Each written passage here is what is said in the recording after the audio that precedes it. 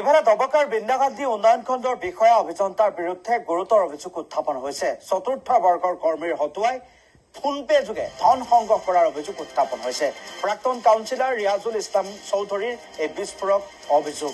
খণ্ড উন্নয়ন বিষয়া নৱজিৎ বৰ্মন আৰু অভিযন্তা লৰেন্স তেৰঙে চলাইছে এই লুণ্ঠনৰাজ। চতুৰ্থ বৰ্গৰ কৰ্মী নাছিৰ উদ্দিন চৌধুৰীৰ হতুৱাই সংগ্ৰহ কৰে যধে মধে ধন। ফোনপে যোগে ধন সংগ্ৰহৰ তথ্য ৰাজহুৱা কৰিছে প্ৰাক্তন কাউন্সিলৰজনে।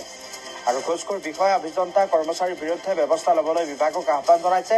উন্নয়ন খণ্ডটোত ব্যাপক দুৰ্নীতি সংঘটিত হোৱাৰ আন এক গুৰুতৰ অভিযোগ উত্থাপন কৰিছে প্ৰাক্তন কাউন্সিলৰ ৰিয়াজুল ইছলামে।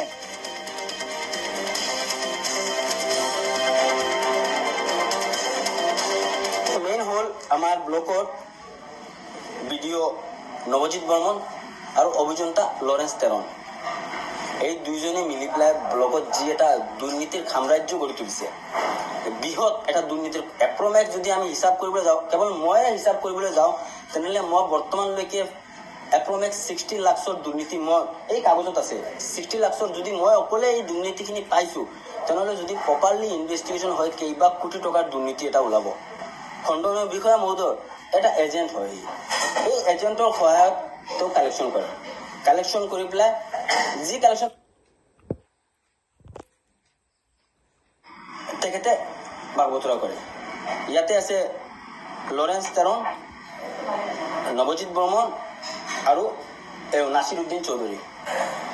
আপোনালোক দেখাই আছোঁ মই, যিকোনো ধৰণৰ কিবা কাম লৈ যাওক, সি অপেন তাৰ একাউণ্টতে পইচা লৈ লয়। আৰু